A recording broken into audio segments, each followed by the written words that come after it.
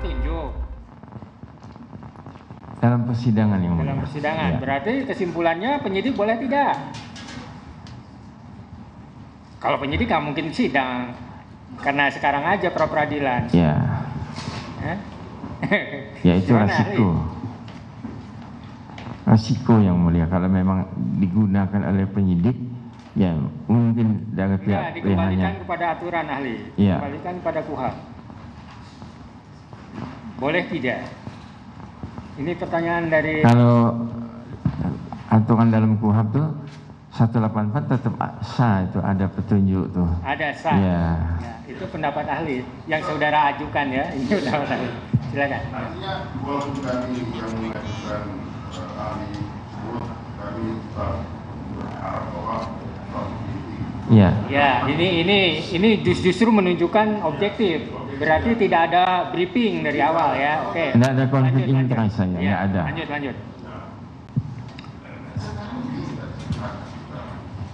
kalau itu bisa digunakan oleh sebagai petunjuk, kita merujuk kepada pasal 28 ayat 2. Jika petunjuk itu sumbernya melalui kegiatan Iya. adalah saksi, Betul. kemudian surat dan kita menjawab Iya. tidak masuk dong ini keterangan tidak masuk. Ya, jadi kalau misalnya itu keterangan terdakwa, itu belum ada terdakwanya pada waktu itu masih tersangka. Saya katakan, pertanyaan saya, apakah polisi atau penyidik boleh menggunakan petunjuk itu atau tidak boleh, atau petunjuk itu hanya boleh tidak boleh yang mulia? Iya, sebetulnya kalau kita lihat masalah pasal 188 ayat 2 KUHP, itu kalau misalnya disebutkan terdakwa, pada waktu itu terdakwa belum jadi terdakwa, dia masih jadi tersangka. Nah, untuk yang melarang itu kan belum ada PP atau belum ada SEMA Mahkamah Agung atau belum ada permanya. Yang saya mau menanyakan, apakah seorang penyidik atau kepolisian dalam menentukan tersangka boleh menggunakan keyakinan? Nggak boleh. Keyakinan itu milik siapa? Milik hakim. Nah, Iya. Ya oke. Kalau di persidangan milik siapa keyakinan? Ya milik hakim. Kalau keyakinan hanya untuk hakim kan? Ya. Kalau tadi petunjuk Ya, milik itu siapa? mungkin milik Pak Hakim juga sebetulnya Enggak. kan. Apakah milik keseluruhan petunjuk? Ya, seluruhan bisa. Semua bisa, Ya. kecuali keyakinan. Keyakinan milik Itu hakim. pendapat ahli ya, setuju atau tidak setuju. Kalau setuju silakan, kalau tidak setuju. Kalau gitu langsung lagi bahwa apakah yang dimaksud dengan pasal 88 ayat 2 itu KUHP itu sudah menegaskan bahwa ini sumbernya ada melalui tiga poin ini. Ya. Kalau kemudian bisa petunjuk itu digunakan oleh pihak kepolisian. Ya, sepanjang semestinya yang namanya terdakwa itu mesti ada sidang baru bisa ada terdakwa, mesti ada sidang. Karena ada kriteria bahwa di situ keterangan terdakwa Iya. dan terdakwa itu berada di persidangan, ya kan? Iya. Maka seharusnya bisa menggunakan petunjuk itu adalah only Pengadilan, ya, hakim.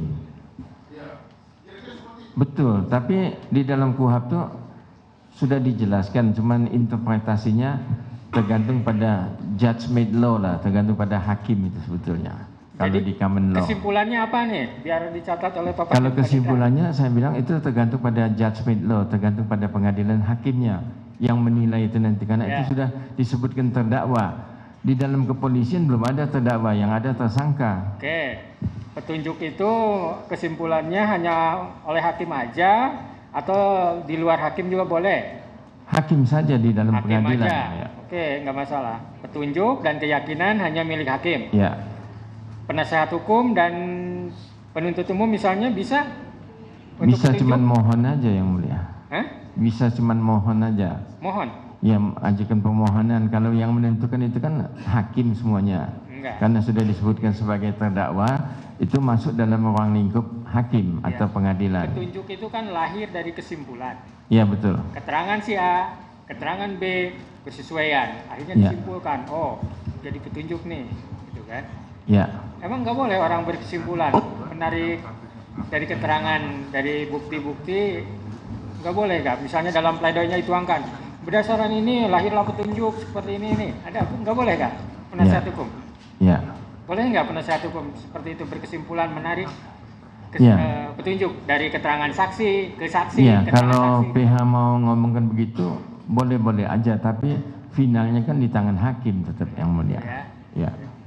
Lanjut silakan. Saudara ahli, kemudian yang saya ingin penegasan dari saudara ahli bahwa saya masuk kepada Ya. apakah boleh di dalam penetapan tersangka jadi katakanlah seperti ini, sebelumnya ini dinyatakan DPO. Ya. Sebelumnya ini dinyatakan DPO, tapi yang saya katakan tidak diberikan surat apapun. Kemudian 5 tahun kemudian atau 4 tahun kemudian dia baru ditetapkan sebagai tersangka. Apakah itu boleh? Kalau dia ditetapkan sebagai tersangka, berarti dia belum pernah dipanggil, sebagai terlapor atau belum pernah dipanggil sebagai saksi. Tahu-tahu 5 tahun kemudian ditetapkan sebagai tersangka, belum ada pemeriksaan yang lain, belum ada gelar. Iya, itu kan salah. Berdasarkan Perkap Kapolri nomor 16 tahun 2019.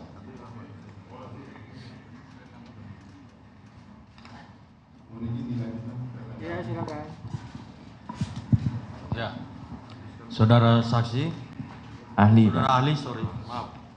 Saudara ahli, apa pendidikan saudara ahli?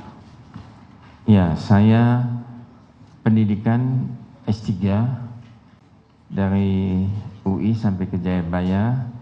Lantas saya ngajar di Filipina dan ikut postdoctoral degree di Filipina dan lulus dan dikukuhkan sebagai profesor dari Filipina dan mesti ngajar 5 tahun di Filipina. Oke, yang kedua, berapa lama sudah menjadi ahli? Saya menjadi ahli sejak tahun 2005 sampai sekarang tuh, dan saya sudah sidang dan di BAP oleh ahli, baik oleh penyidik, penuntut umum maupun oleh pengadilan, sidang hampir 250 kali di seluruh Indonesia. Oke. Saya mau buat supaya ini pra-peradilan ini menjadi terang benderang. Ya. Jadi saya mau bertanya lagi, apa dasar hukum permohonan pra-peradilan? Dasar hukum permohonan pra-peradilan adalah yang terdapat di dalam KUHAP pasal 77 sampai dengan pasal 85 KUHAP. Oke. Apakah penetapan tersangka termasuk dalam ranah lingkup pra-peradilan? Perasaan Iya. udah deh itu pertanyaan. Tadi sudah. Itu udah. Oke. Yang lainnya, yang Oke. belum. Apakah sejak kapan penetapan tersangka termasuk dalam ruang lingkup pra-peradilan? Ya, penetapan tersangka termasuk dalam ruang lingkup pengadilan itu semestinya ada dalam satu putusan jurisprudensi yang pada waktu itu Wakapolri Dr. Andes Budi Gunawan ditetapkan oleh KPK sebagai tersangka. Maka digugatlah pra-peradilan KPK-nya dan KPK-nya kalah. Penetapan itu tidak sah. Itu yang pertama. Yang kedua, ada lagi penetapan tersangka terhadap Hadi Purnomo, Dirjen Pajak, yang menetapkan juga KPK. Digugatlah, dituntutlah pra-peradilan KPK itu, dan akhirnya KPK kalah. Maka penetapan sebagai tersangka itu dianggap tidak sah. Yang ketiga itu Abdul Fattah, ditetapkan oleh KPK juga sebagai tersangka, lantas dituntut pra-peradilan dan KPK-nya kalah. Yang keempat ada putusan dari MK nomor 21 di mana ada persyarat-syaratan untuk penetapan sebagai tersangka yang ditanyakan oleh Pak Hakim tadi. Yang kelima, yang terakhir ini adalah